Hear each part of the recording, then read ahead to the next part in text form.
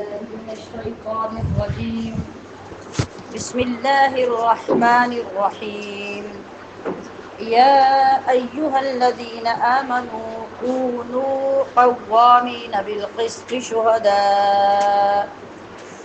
شهداء لله ولو على أنفسكم أو الوالدين والأقربين إن يكن غنيا أو فقيرا فالله أولى بهما فلا تتبعوا الهوى أن تعدلوا وإن تلووا أو تعرضوا فإن الله كان بما تعملون خبيرا. يا أيها الذين آمنوا بالله ورسوله والكتاب الذي نزل على رسوله والكتاب الذي أنزل من قبل ومن يكفر بالله وملائكته وكتبه ورسله واليوم الآخر فقد ضل ضلالا بعيدا.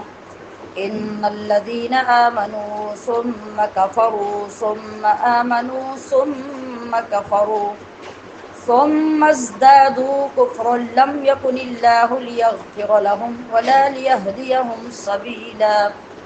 بشر المنافقين بأن لهم عذابا أليما. الذين يتخذون الكافرين أولياء من دون المؤمنين أيبتغون عندهم العزة فإن العزة لله جميعا. وقد نزل عليكم في الكتاب أن إذا سمعتم آيات الله يكفر بها ويستهزأ بها فلا تقعدوا معهم حتى يخوضوا في حديث غيره إنكم إذا مثلهم. إن الله جامع المنافقين والكافرين في جهنم جميعا. الذين يتربصون بكم فإن كان لكم فتح من الله قالوا ألم نكن معكم وإن كان للكافرين نصيب قالوا ألم نستحوذ عليكم ونمنعكم من المؤمنين فالله يحكم بينكم يوم القيامة ولن يجعل الله للكافرين على المؤمنين سبيلا. إن المنافقين يخادعون الله وهو خادعهم وإذا قاموا إلى الصلاة قاموا كسالى يراءون الناس ولا يذكرون الله إلا قليلا مذبذبين بين ذلك لا إله هؤلاء ولا إله هؤلاء ومن يضلل الله فلن تجد له سبيلا. يا أيها الذين آمنوا لا تتخذوا الكافرين أولياء من دون المؤمنين أتريدون أن تجعلوا لله عليكم سلطانا مبينا. إن المنافقين في الدرك الأسفل من النار ولن تجد لهم نصيرا إلا الذين تابوا وأصلحوا واعتصموا بالله وأخلصوا دينهم لله فأولئك مع المؤمنين وسوف يؤتي الله المؤمنين أجرا عظيما. ما يفعل الله بعذابكم إن شكرتم وآمنتم وكان الله شاكرا عليما. صدق الله العظيم. الحمدللہ. مبارک ہو جی، پانچوں پارہ مکمل ہو گیا آپ کا. لائٹ اوپر والی آن کریں.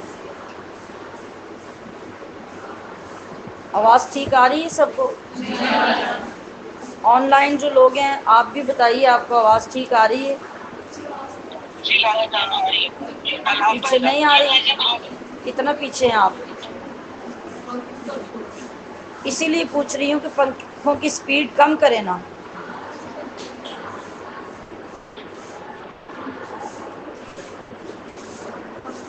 جہاں پنکھے چل رہے ہیں آپ اٹھ کے یہاں تشریف لے آئے نا،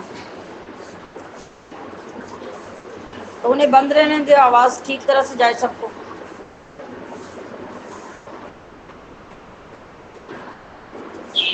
بڑی پیاری بات آ رہی ہے. جی جزاک اللہ خیر.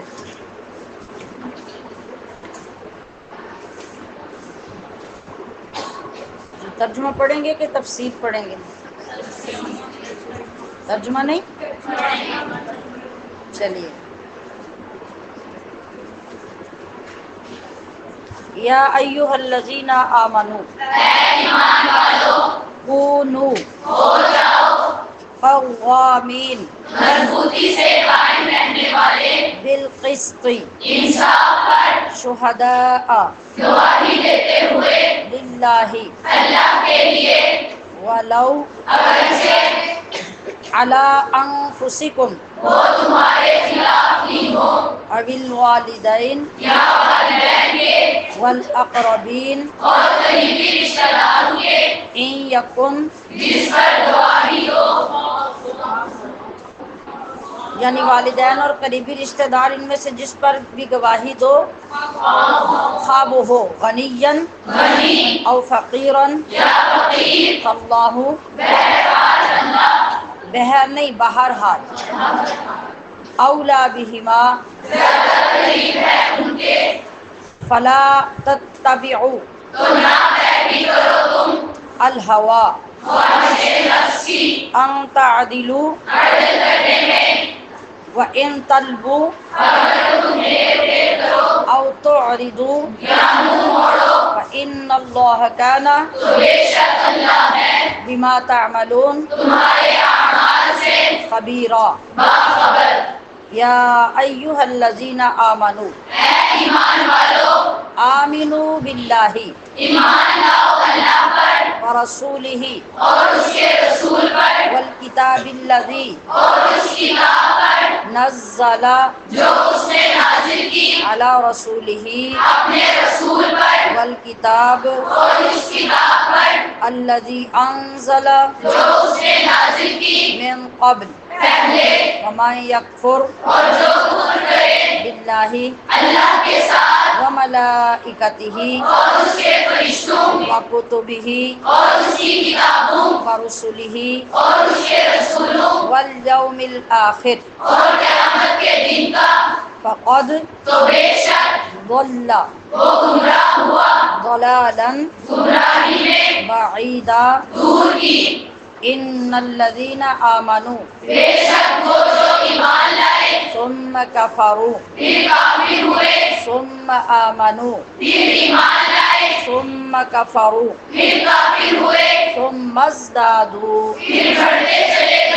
کفرا لم یکن اللہ لیغفر لهم ولا لیہدیہم سبیلا. بشر المنافقین بأن لهم عذابا علیما. الذین یتخذون الکافرین اولیاء من دون المؤمنین ایبتغون عندهم العزة فإن العزة للہ.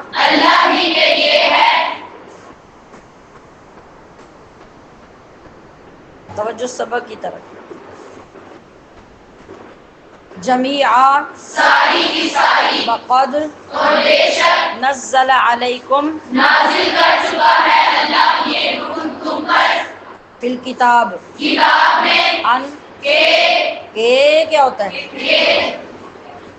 ان کہ اذا سمعتم، جب تم سنو آیات اللہ اللہ کی آیتوں کو یکفر بہا کہ انکار کیا جا رہا ہو ان کا ویستہزأ بہا اور مذاق اڑایا جا رہا ہو ان کا، فلا تقعدوا تو مت بیٹھو معہم ان کے ساتھ حتی یخوضوا یہاں تک کہ وہ مشغول ہو جائیں فی حدیث غیرہ کسی اور بات میں، انکم ورنہ تم بھی اذا مثلہم جب تو انہی جیسے ہو جاؤ گے۔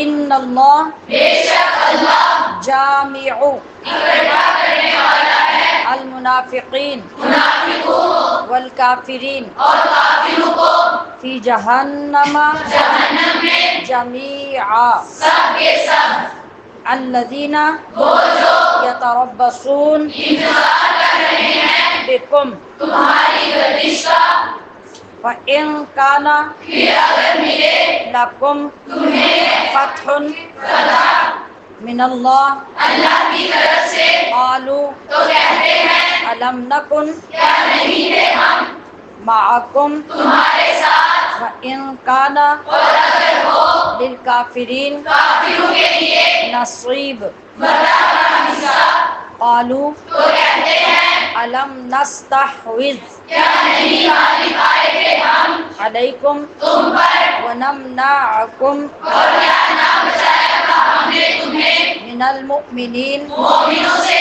اللہ یحکم بس اللہ فیصلہ فرمائے گا بینکم تمہارے درمیان ہے منافقوں یوم القیامہ قیامت کے دن، ولن یجعل اللہ اور ہرگز نہ بنائے گا اللہ للکافرین کافروں کے لیے علی المؤمنین مسلمانوں پر سبیلا کوئی راستہ۔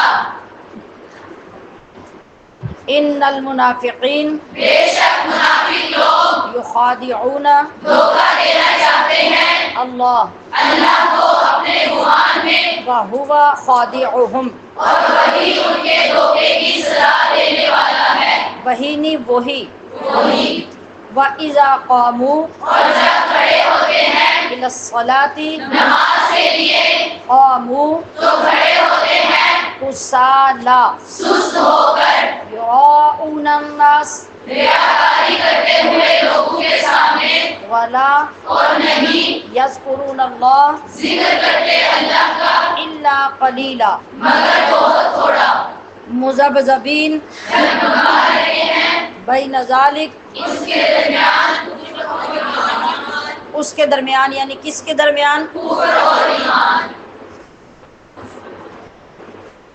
کفر اور ایمان کے درمیان لا الہ ہؤلاء نہ ادھر کے ولا الہ ہؤلاء اور نہ ادھر کے ومن اور جس کو یضلل اللہ گمراہ کر دے اللہ، فلن تجد تو ہرگز نہ پائے گا تو لہ اس کے لیے سبیلا کوئی راستہ۔ یا ایھا الذین آمنوا اے ایمان والو، لا تتخذوا نہ بناؤ الکافرین کافروں کو اولیاء دوست من دون المؤمنین چھوڑ کر مسلمانوں کو، اتریدون کیا تم یہ چاہتے ہو ان تجعلوا کہ بناؤ للہ اللہ کے لیے علیکم اپنے اوپر سلطانا حجت مبینا واضح، ان المنافقین بے شک منافق فی الدرک درجے میں ہوں گے الاسفل سب سے نیچے من النار آگ کے، ولن تجد اور ہرگز نہ پائے گا تو لہم ان کے لیے نصیرا کوئی مددگار، الا الذین مگر وہ لوگ تابوا جنہوں نے توبہ کی واصلحوا اور اپنی اصلاح کر لی واعتصموا اور مضبوطی سے تھام لیا باللہ اللہ کی رسی کو واخلصوا اور خالص کر لیا دینہم اپنا دین للہ اللہ کے لیے، فاولئک تو یہ لوگ مع المؤمنین ایمان والوں کے ساتھ ہیں، وسوف اور عنقریب یؤتی اللہ عطا فرمائے گا اللہ المؤمنین مومنوں کو اجرا اجر عظیما بڑا۔ ما یفعل اللہ کیا کرے گا اللہ بعذابکم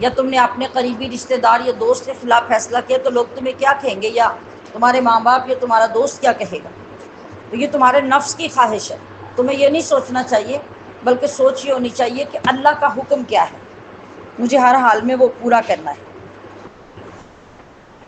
تو بہرکیف اگر تم نے فیصلہ کرتے وقت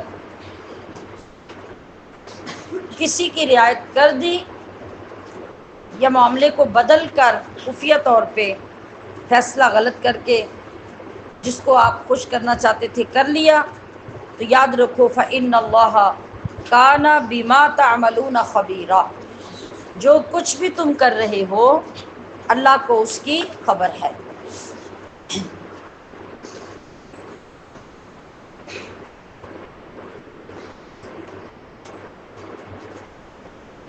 جی، اسی آیت کی مثال میں وہ چوری والا معاملہ آتا ہے جس کو حضرت عائشہ صدیقہ نے روایت کیا کہ قبیلہ قریش کی ایک عورت نے جو چوری کی اور اس کے خاندان والوں نے اسے بچانے کے لیے سفارشیں بھیجی نبی علیہ السلام کی بارگاہ میں، آپ علیہ الصلوۃ والسلام نے اپنی لخت جگر حضرت سیدہ فاطمہ کا نام لے کر فرمایا، پچھلے دنوں میں بھی ہم یہ پچھلی تفسیر کے ضمن میں پڑھ چکے ہیں کہ اگر میری بیٹی فاطمہ یعنی فاطمہ بنت محمد بھی چوری کرتی تو فیصلہ کرنے میں میں اس کے لیے بھی رعایت نہ کرتا۔ یہ ہے دین کا انصاف اور یہ ہے اسلام کی تعلیمات۔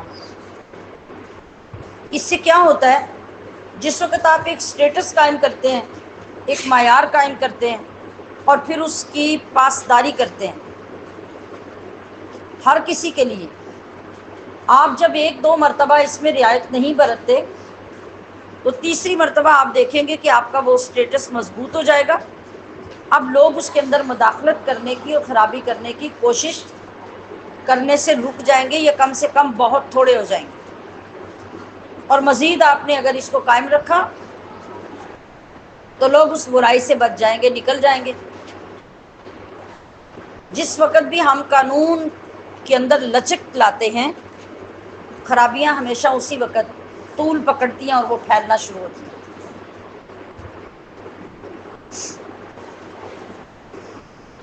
اگلی آیت میں ایمان والوں سے کہا جا رہا ہے کہ آمینو، بڑی عجیب بات ہے، وہ ہیں بھی ایمان والے اور پھر انہیں یہ بھی کہا جا رہا ہے کہ ایمان لاؤ۔ جب ایمان لانا ہے تو ایمان والے کیوں ہیں پہلے؟ وہ غور طلب بات ہے نا،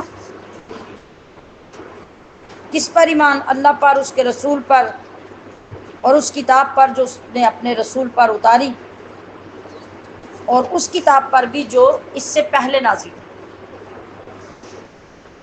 اور جو ان سب چیزوں کا انکار کرے گا تو وہ دور کی گمراہی میں جا پڑا۔ یہاں ایمان والوں کو جو ایمان لانے کا حکم دیا جا رہا ہے، اسے سمجھنا ہوگا کہ اگر تو یہ خطاب حقیقی مسلمانوں کو ہے تو پھر اس کا معنی ہوگا کہ اے ایمان والو، ایمان پر ثابت قدم رہو، یعنی ایمان کا اعلیٰ درجہ حاصل کرو۔ اور اگر یہ خطاب یہود و نصارہ سے ہے تو معنی یہ ہوں گے کہ اے بعض کتابوں اور بعض رسولوں پر ایمان لانے والوں، تم مکمل ایمان لاؤ، یعنی تمام کتابوں اور تمام رسولوں پر جن میں قرآن عظیم بھی شامل ہے اور محمد الرسول اللہ بھی شامل ہے۔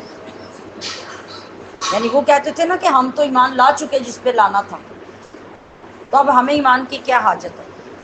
تو یہاں دو توضیحات ہیں، ایک تو ایمان والوں کو ایمان کی مضبوطی کا حکم، دوسرے وہ جو خود ایمان کا دعویٰ کرتے ہیں اپنی کتابوں پر، ان کو حکم ہے کہ تمہارا نہ یہ دعویٰ ٹھیک ہے، نہ تمہارا یہ ایمان کامل ہے۔ تو کامل تب ہوگا جب محمد مصطفیٰ صلی اللہ علیہ وسلم اور آپ کی کتاب پر ایمان لاؤ۔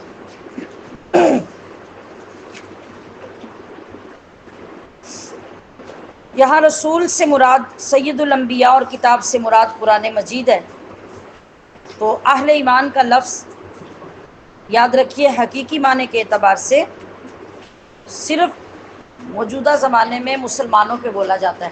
آج کے دور میں نہ یہودیوں کو ایمان والے کہہ سکتے ہیں نہ عیسائیوں کو، اور ہندو سکھ وغیرہ تو ویسے ہی کافر ہیں، وہ کھلے کافر ہیں۔ کسی اور مذہب والے پر بھی لفظ ایمان صادق نہیں آتا۔ تو اس سے یہ پتہ چلا کہ اجمالی ایمان تو ساری کتابوں پر ضروری ہے، لیکن تفصیلی ایمان مصطفیٰ کریم صلی اللہ علیہ وسلم اور قرآن مجید پر لازم ہوگا۔ اور یہ عقیدہ بھی ضروری ہوگا کہ جتنی کتابیں بھی آسمانی کتابیں کہلاتی ہیں ان سب کو اللہ تبارک و تعالی جل شانہ نے نازل فرمایا ہے۔ اچھا جی، بے شک وہ لوگ جو ایمان لائے پھر کافر ہوئے، پھر ایمان لائے پھر کافر ہوئے، اور پھر کفر میں بڑھتے چلے گئے۔ دیکھیں کتنی بار مرتد ہوئے، ایمان کفر ایمان کفر، اور اب آخری کفر جو ہے وہ بڑھتا چلا گیا۔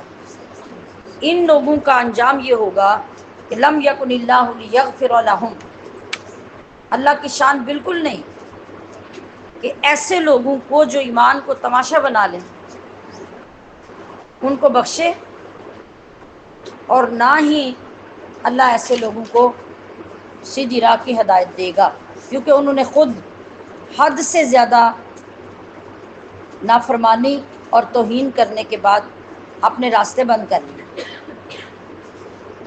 یہ کون ہے؟ ایمان لائے پھر کافر ہوئے، ایمان لائے پھر کافر ہوئے، یہ یہودی ہیں۔ حضرت موسیٰ علیہ السلام پر ایمان لائے تھے، پھر انہوں نے بچڑے کی پوجا کی، کفر ہو گیا، پھر توبہ کر کے ایمان لائے۔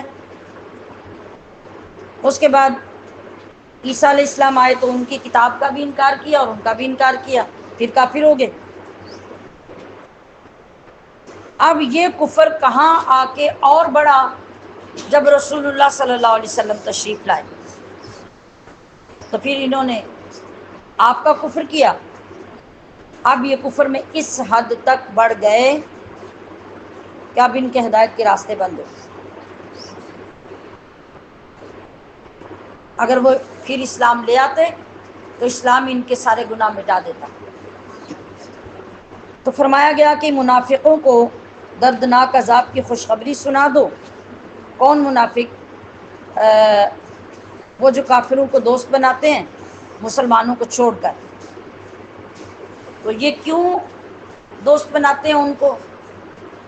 ان سے عزت چاہنے کے لیے۔ تو سن لو، عزت ساری کی ساری تو اللہ کے لیے ہے، اور پھر اللہ جس کو عطا کرے یعنی اپنے رسولوں کو اور اس کے بعد مومنین کو عزت ان کو ملتی ہے، کبھی کسی کافر کو عزت نہیں ملی۔ مال و دولت کا زیادہ ہونا یہ عزت نہیں ہے، مال و دولت تو ناچنے والوں کے پاس بھی بہت ہوتی ہے، تو کیا ان کی عزت ہوتی ہے؟ ڈاکے مارنے والے لوگ جو ہیں دولت تو بے شمار وہ بھی جمع کر لیتے، کیا ان کی عزت ہوتی ہے؟ بھیک مانگنے والے پبلک پلیسز پر، اڈوں پر، پیشہ ور بھکاری، کروڑوں کے بینک بیلنس ان کے بھی ہیں، ہے عزت کوئی؟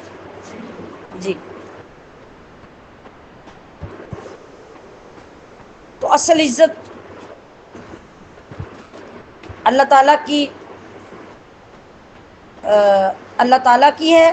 اللہ تعالیٰ اپنے نبی کو اور پھر اپنے ایمان والے بندوں کو عطا فرماتا ہے، یا جسے چاہے وہ عطا کرے، یہ اس کی مرضی ہے، اسے کوئی پابند نہیں کر سکتا۔ اور بے شک تم پر یہ نازل کیا گیا کتاب میں کہ جب تم اللہ کی آیتیں سنو، اللہ کی آیتیں اس طرح سنو کہ لوگ ان کا انکار کر رہے ہیں، یعنی کسی جگہ پہ آیتیں پڑھی جا رہی ہیں اور ان کے ساتھ کفر ہو رہے ہیں، اور یہ سنو کہ لوگ اللہ کی آیتوں کا مذاق اڑا رہے ہیں، ایسے بدبخت لوگوں کے ساتھ فلا تقعدوا معهم، کبھی ان کے ساتھ مت بیٹھو. دوستی رکھنا تو دور کی بات ہے، ان کے ساتھ بیٹھو بھی مت. کب تک؟ حتی یخوضوا فی حدیث غیری، جب تک کہ وہ اس گستاخانہ کام کو چھوڑ کر کسی اور کام میں مشغول ہو جائیں، کوئی اور ٹاپک لے کے بیٹھیں. تو پھر اجازت ہوگی ایسی کسی بات اور ایسی کسی ایکٹیویٹی میں ان کے ساتھ جا کے بیٹھنے سے بھی قرآن نے منع کر دیا. یہ ایسا خبیث فعل ہے. پہلی تو بات یہ ہے کہ ان کی جگہ پہ جاؤ ہی نہ جہاں ایسے لوگ رہتے ہیں یا بیٹھتے ہیں. لیکن اگر کہیں جانا پڑ جائے تو تمہاری شان کیا ہے؟ انہیں اپنے ہاتھ کی طاقت سے روکو. اپنی موجودگی میں کسی کو اللہ کے دین کا مذاق اڑانے کی جرت مت ہونے دو. اور اگر تمہارے ہاتھوں میں اتنا دم نہیں ہے تو پھر زبان سے ان کی کھلی مخالفت کر کے ان کو غلط ثابت کرو اور وہاں سے اٹھاؤ. اور اگر اتنے ہی گئے گزرے مسلمان ہو کہ تمہاری غیرت جاگتی نہیں، تم اتنے بزدل ہو کہ ان میں سے کچھ نہیں کر سکتے، تو پھر اس مجلس کو ناپسند کر کے کم سے کم وہاں سے اٹھ کے تو آ جاؤ. ان کے ساتھ بیٹھ کے اپنی بربادی مت کرو. اور یہ ایمان کا کمزور ترین درجہ ہے.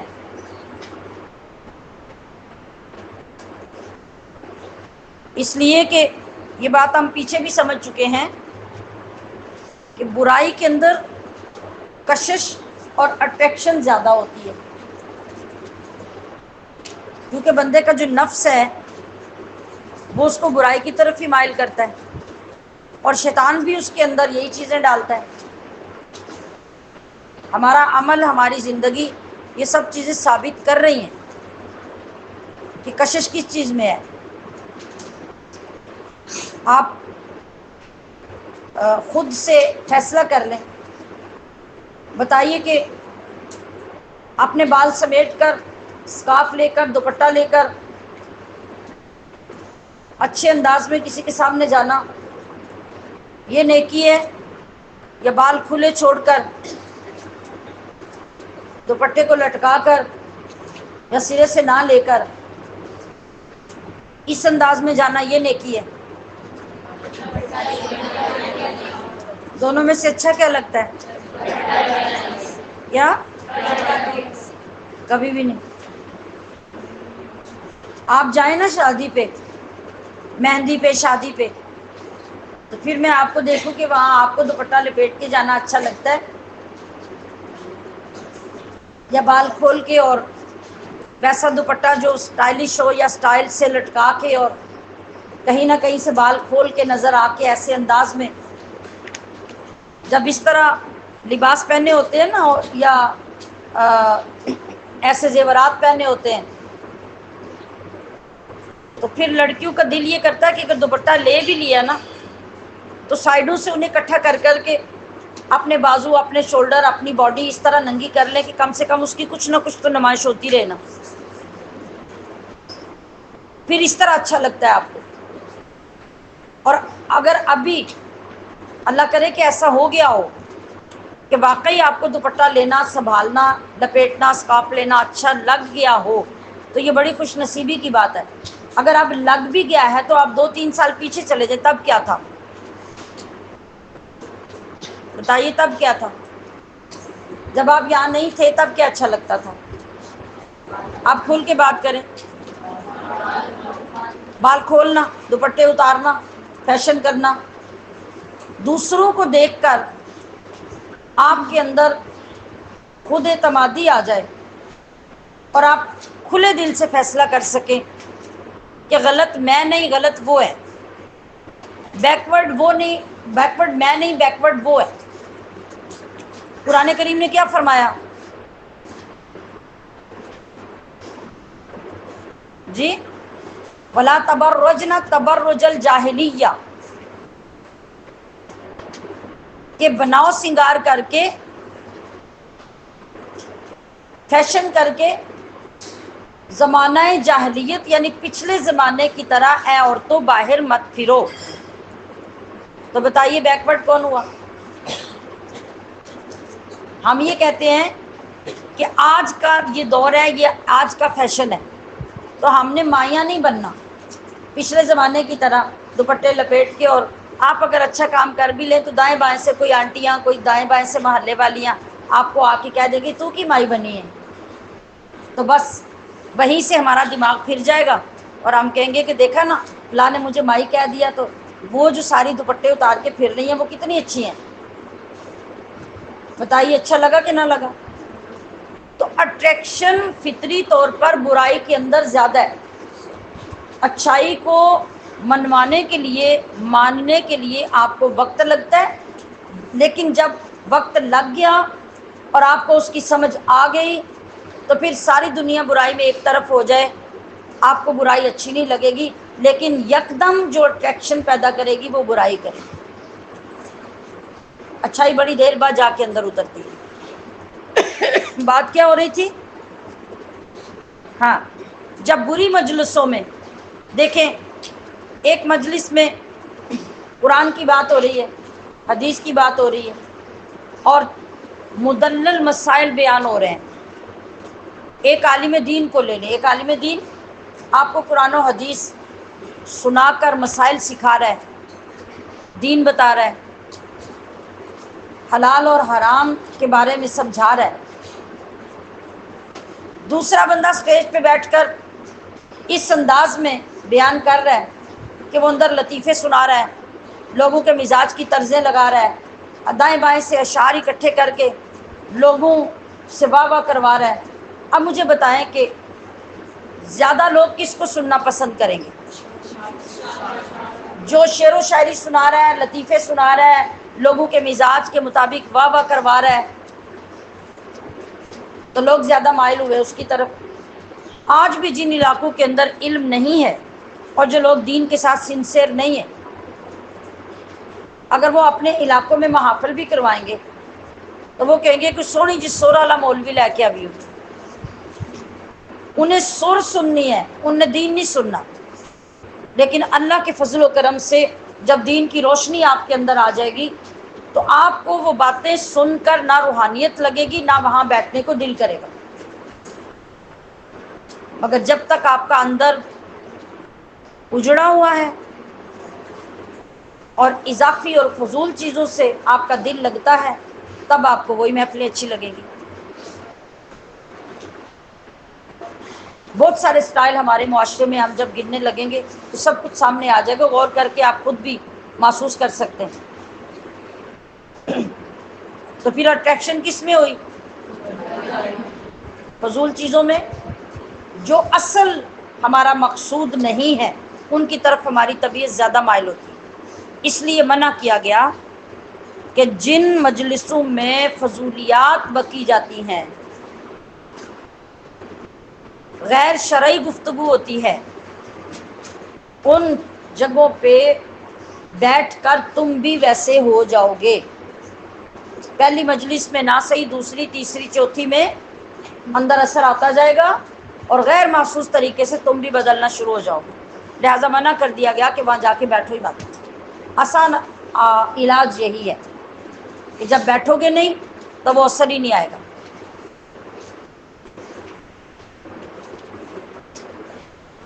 اور دوسری طرف فرمایا گیا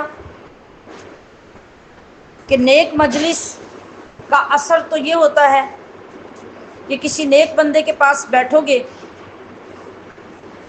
تو اس کے پاس بیٹھنے سے ہی خوشبو کی مثال دی جاتی ہے نا، اشعار میں بھی، نثر میں بھی،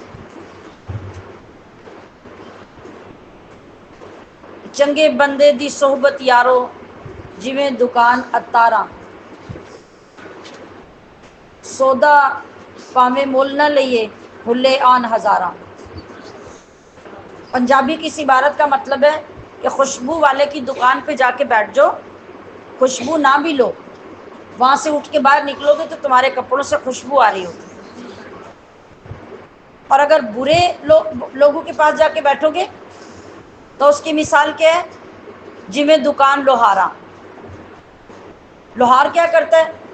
وہ لوہے کو ضربیں لگاتا ہے، آگ میں پگھلاتا ہے، اس کو سرخ کرتا ہے، اس کو مارتا ہے جب اوپر سے تو اس سے چنگارے اٹھتے ہیں، اور جتنے مرضی کپڑے سمیٹ سمیٹ کے بیٹھو گے نا، کوئی نہ کوئی چنگارا اڑ کے آ کے کپڑوں کو آپ کے خراب کر ہی دے گا۔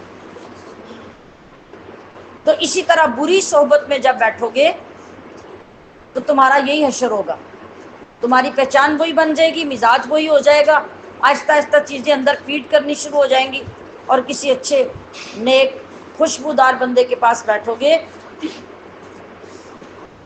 تو وہاں سے کچھ خریدو یا نہ خریدو، لیکن اس کی جو روحانیت اور اس کے جو انوار و تجلیات ہوتے ہیں وہ ضرور آپ کے اوپر آئیں گے، اور ان کا اثر بھی آنا شروع ہو جائے گا۔ تو تمہاری ذمہ داری کیا ہے کہ بری مجلسوں سے بچو، اچھی مجلسوں میں بیٹھو، اچھے لوگوں کے پاس بیٹھو، تاثیر اللہ تمہارے اندر خود پیدا کر دے۔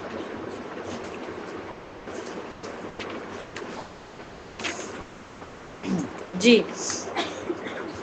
وہ لوگ انتظار کرتے رہتے ہیں تمہاری گردشوں کا، پھر اگر اللہ کی طرف سے تمہیں فتح ملے تو وہ تمہارے حامی ہو جاتے ہیں، اور اگر کافروں کو فتح ملے تو پھر ان کی طرف ہو جاتے ہیں، دونوں طرف سے حصہ بٹورنے کی چکر میں رہتے ہیں۔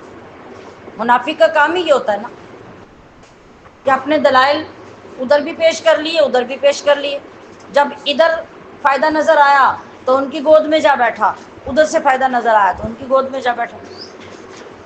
یہ منافق کا کام ہوتا ہے۔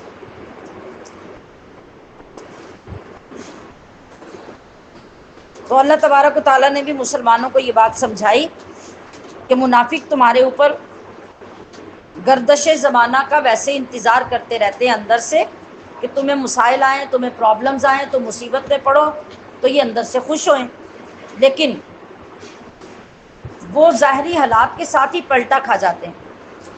اگر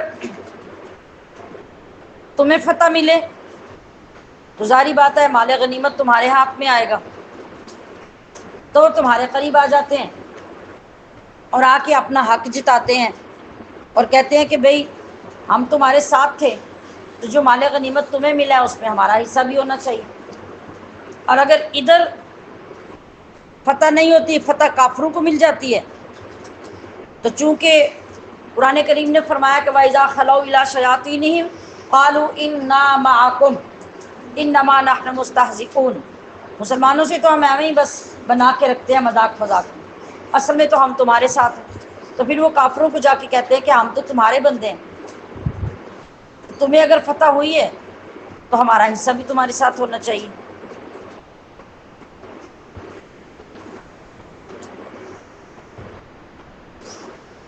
جی، تو اللہ پاک فرما رہا ہے کہ یہ جو منافق لوگ ہیں یہ اپنے خیال کے مطابق تو اللہ کو دھوکہ دے رہے ہیں،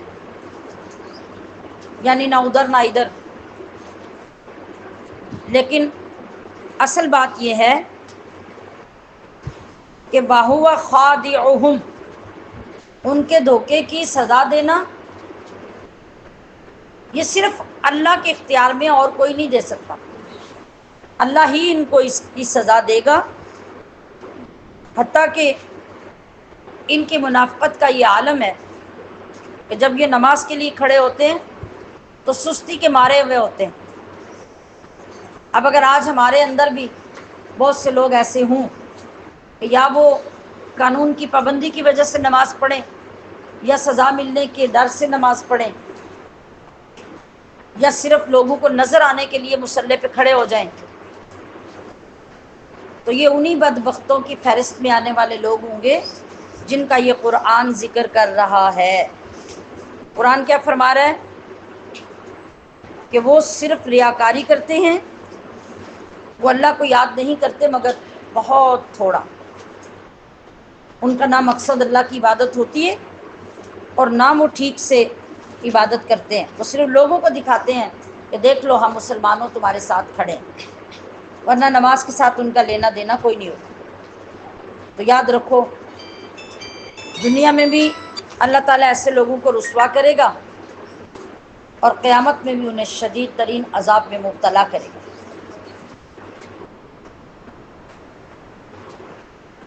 تو تو اس سے کیا پتہ چلا کہ نماز میں سستی کرنا کس کی علامت ہے؟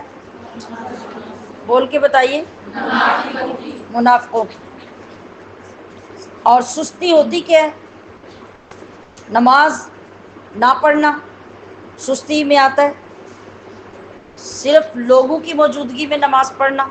بہت سے ایسے لوگ بھی ہوتے ہیں جب وہ دیکھتے ہیں نا کہ ہمارے ارد گرد والے سارے نماز پڑھ رہے ہیں تو وہ ان کے ساتھ وہ بھی نماز پڑھ لیتے ہیں، نہ کبھی گھر میں نماز کے پابند ہوتے ہیں اور نہ تنہائی میں نماز کے پابند ہوتے ہیں۔ تو یہ بھی منافقوں کی علامت ہے۔ پھر اگر نماز پڑھی تو خشوع و خضوع کے بغیر نماز پڑھی، یہ بھی منافقوں کی علامت ہے۔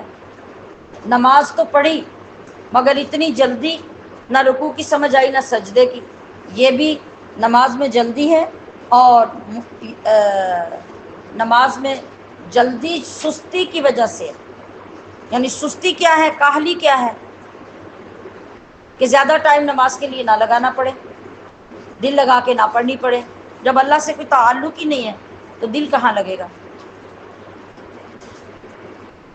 یہ بھی نماز کی سستی میں شامل ہے۔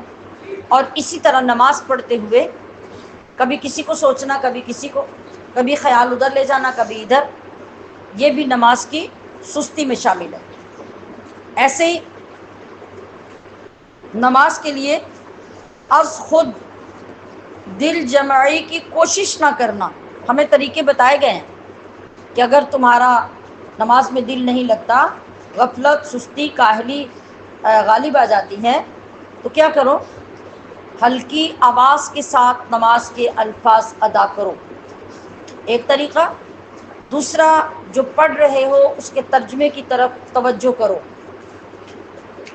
تیسرا طریقہ کہ نماز کے اندر مختلف وہ خیالات غالب کرو جو تمہیں نماز سے ہٹنے نہ دیں۔ مثلا جب نماز کے لیے کھڑے ہو تو کیا سمجھو کہ میرے سامنے کعبہ ہے، میرے پیچھے عزرائیل ہے، میرے دائیں جنت ہے، میرے بائیں دوزخ ہے۔ اتنی چیزوں کے بیچ میں ایک بندہ تصور جما کے کھڑا ہوا ہوگا تو بتائیے اور کس کا خیال آئے گا؟ جب یہ پتہ ہے کہ میں ذرا سا کھسک گیا بائیں طرف تو میرے آگے دوزخ ہے، اور میں ذرا سا ہلا تو میرے پیچھے عزرائیل میری جان قبض کرنے کے لیے کھڑا ہے۔ اگر یہ تصور بنا لیا جائے گا نماز میں تو بتائیے کیا سستی ہوگی؟ اور پھر یہ سوچنے کے لیے کہا گیا کہ یہ سمجھو کہ تمہاری زندگی کی یہ آخری نماز ہے، اور اپنے آپ کو سمجھا لو کہ مجھے تو بالکل اس بات کا یقین نہیں ہے کہ اگلے وقت کی نماز میں میں زندہ ہوں گی کہ نہیں۔ یہ طریقے بتائے گئے نا نماز کی سستی سے بچنے کے لیے۔ اور اس کے علاوہ بھی کہ جب جائے نماز پہ کھڑے ہو جاؤ تو زبان سے بول کر اللہ کی بارگاہ میں عرض کرو کہ ان صلاتی و نسکی و محیای و مماتی للہ رب العالمین۔ باور کرواؤ کہ میری نماز، میری قربانی، میرا مرنا، میرا جینا سب اللہ کے لیے، تو تمہاری توجہ ادھر ہوگی۔ شیطان اگر زیادہ تنگ کرتا ہے تو اعوذ باللہ من الشیطان الرجیم یا لا حول ولا قوت الا باللہ پڑھ کے اپنے بائیں طرف 3 بار تھو تھو کرو اور اپنے آپ کو اللہ کی پناہ میں دے دو۔ اتنے سارے کام نماز کو قائم کرنے کے لیے اور سستی سے بچنے کے لیے ہمیں سکھائے گئے کہ اپنی اپنی کیفیت کے مطابق اپنے آپ کو یوں ٹریٹ کرو اور پھر نماز پڑھو، تو منافقوں کی نماز سے بچ جاؤ گے۔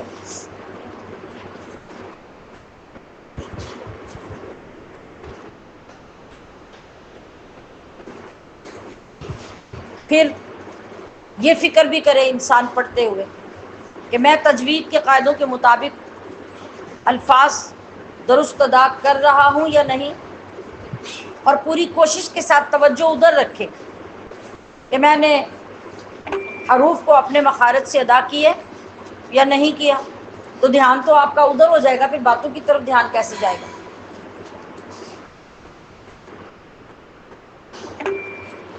اور اسی طرح رکوع کرتے ہوئے اپنی حالت کو پہچانیں کہ میرے اندر تو بڑی اکڑ ہوتی ہے اور لوگوں میں تو میں اپنے آپ کو بڑا کچھ سمجھتا ہوں، تو یا اللہ تیری بارگاہ میں تو میرا یہ حال ہے، تو نے جھکنے کو کہا تو میں جھکا کھڑا ہوں، تو نے سر اور چہرہ زمین پہ رکھنے کو کہا تو میں رکھ کے تیرے آگے پڑا ہوں، میری کیا حیثیت ہے؟ جب ان چیزوں کو ہم نماز کے ساتھ ساتھ سوچنے کی عادت ڈال دیں گے تو منافقت والی نماز سے تب نکل سکیں گے، ورنہ ہمارے میں اور جن منافقوں کا ذکر ہو رہا ہے ان کی نماز میں کوئی فرق نہیں۔ فرمایا مذبذبین بین ذالک، وہ درمیان میں ڈگمگا رہے ہیں، نہ ادھر نہ ادھر، اور جس کو اللہ گمراہ کرے تو پھر اس کے لیے کوئی راہ نہیں ہے۔ کہاں درمیان میں ڈگمگا رہے ہیں؟ ایمان اور کفر کے درمیان۔ یہ کون ہے؟ منافق، یعنی کافروں کے پاس گئے تو ان کے، ایمان والوں کے پاس آئے تو ان کے، سکون انہیں نہ ادھر ہے نہ ادھر ہے۔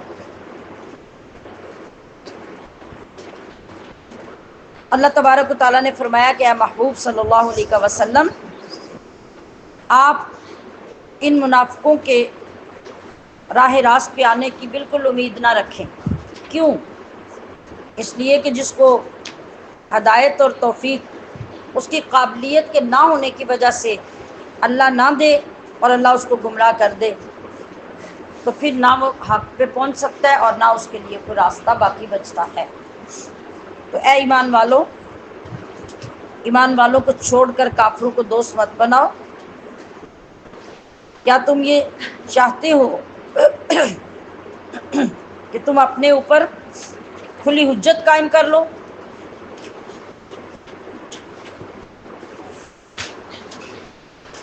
یعنی اپنے اوپر حجت کا کیا مطلب ہے؟ کہ اپنے خلاف اللہ تعالیٰ کی حجت تمہارے لیے قائم ہو جائے گی جب تم کافروں کو دوست بنا کے منافقت کی راہ اختیار کرو گے اور مسلمانوں کو چھوڑ دو گے۔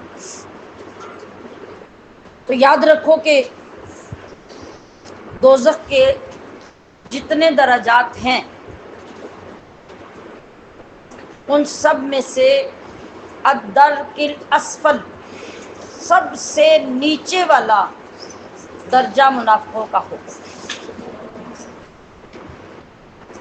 جہاں سب سے زیادہ آگ کی شدت اور عذاب کی سختی ہوگی۔ اور اس پر بھی جو سخت ترین بات ہے کہ وَلَن تَجِدَ لَهُمْ نَصِيرًا، کوئی مددگار ان کے لیے تم نہیں پاؤ۔ ہاں، اس سارے کچھ کے باوجود جس نے توبہ کر لی، اصلاح کر لی اور اللہ کی رسی کو مضبوطی سے تھام لیا اور اللہ کے لیے اپنے دین کو خالص کر لیا، تو ان کے پیچھے پہاڑوں جتنے ظلم اور گناہ بھی ہوئے تو فَأُولَٰئِكَ مَعَ الْمُؤْمِنِينَ، اللہ ان کو مومنوں کے ساتھ شامل کر دے گا اور عن قریب اللہ ایمان والوں کو اجر عظیم دینے والا ہے۔ تو ظاہر ہے جب ایمان والوں کو اجر عظیم ملے گا تو سچی توبہ کرنے والوں کو بھی اجر عظیم ملے گا۔ اور بات یہ ہے کہ اگر تم شکر گزار بندے اور ایمان والے بندے بن جاؤ تو اللہ کو کیا ضرورت پڑی ہے عذاب دینے کی؟ کیوں دے گا اللہ عذاب؟ یہ ایک سمپل سی بات ہے کہ جب بچے کو ماں باپ سے مار پڑتی ہے، بار بار مار پڑتی ہے، تو بچہ اپنی بری حرکتوں کو چھوڑتا نہیں ہے اور پھر شکوہ بھی کرتا ہے کہ میرے ماں باپ تو مجھے مارتے رہتے ہیں۔ تو ماں باپ کیا کہتے ہیں؟ بھئی ہمیں کیا ضرورت پڑی ہے تمہیں مارنے کی؟ کیوں ماریں گے ہم تمہیں اگر تم ہماری فرما بردار اولاد بن جاؤ، اور اگر تم ہماری بات مانو تو کبھی ماں باپ بھی اپنی اولاد کو مارتے ہیں؟ کبھی بھی نہیں۔ تو جب ماں باپ اولاد کو مارتے نہیں تو اللہ عذاب کیوں دے گا اپنے بندوں کو؟ ضرورت صرف اس بات کی ہے کہ بندہ شکر گزار بنے اور بندہ اپنے رب پر اور ضروریات دینیہ پر ایمان لائے۔ جب وہ ان چیزوں میں پورا اترے گا تو اللہ کو تو عذاب دینے کی کوئی ضرورت ہی نہیں۔ کیوں دے گا اللہ عذاب؟ کبھی بھی نہیں دے گا۔ اللہ تو قدردان ہے۔ کیا فرمایا قرآن پاک میں؟ مَن يَعْمَلْ مِثْقَالَ ذَرَّةٍ خَيْرًا يَرَهُ وَمَن يَعْمَلْ مِثْقَالَ ذَرَّةٍ شَرًّا يَرَهُ۔ اللہ تو اتنی قدر کرنے والا ہے کہ اگر تم ذرے کے برابر بھی کچھ نیکی کرو گے تو ذرے چھوڑ کے ہماری تو بڑی بڑی سیو کی ہوئی چیزیں جو چھوٹی موٹی ہوتی ہیں وہ ہلانے جلانے آگے پیچھے کرنے سے ڈھیروں گم ہو جاتی ہیں، ہو جاتی ہے کہ نہیں؟ اور پھر ہم عذر کیا پیش کرتے ہیں کہ اتنی چھوٹی چیز تھی مجھے تو نظر ہی نہیں آئی، پتہ ہی نہیں چلا وہ کیسے گم ہو گئی۔ قربان جائیں اللہ کی شان پہ۔ وہ فرما رہا ہے کہ جب سے کائنات بنی ہے تب سے لے کے اب تک اور اب سے لے کے بھی قیامت قائم ہونے تک، نہ جانے کب قیامت قائم ہونی ہے، یہ رب جانتا ہے، لیکن وہ فرما رہا ہے کہ جس نے ریت کے ایک ذرے کے برابر بھی کوئی نیکی کی ہوگی تو میں اس کو اتنا سنبھال کے رکھوں گا کہ جب وہ قیامت میں میرے پاس آئے گا تو وہ آ کے میرے پاس وہ نیکی دیکھ لے گا۔ اس سے بڑا بھی کوئی قدردان ہوتا ہے؟ اور پھر وہ علم والا بھی ہے، ایسا نہیں ہے کہ کسی کے کہنے پہ قدر کرتا ہے بلکہ خود ہر چیز کا علم رکھنے والا ہے۔ تو تم اللہ کے شکر گزار بن کے تو دیکھو اللہ تمہاری کس طرح قدر کرتا ہے۔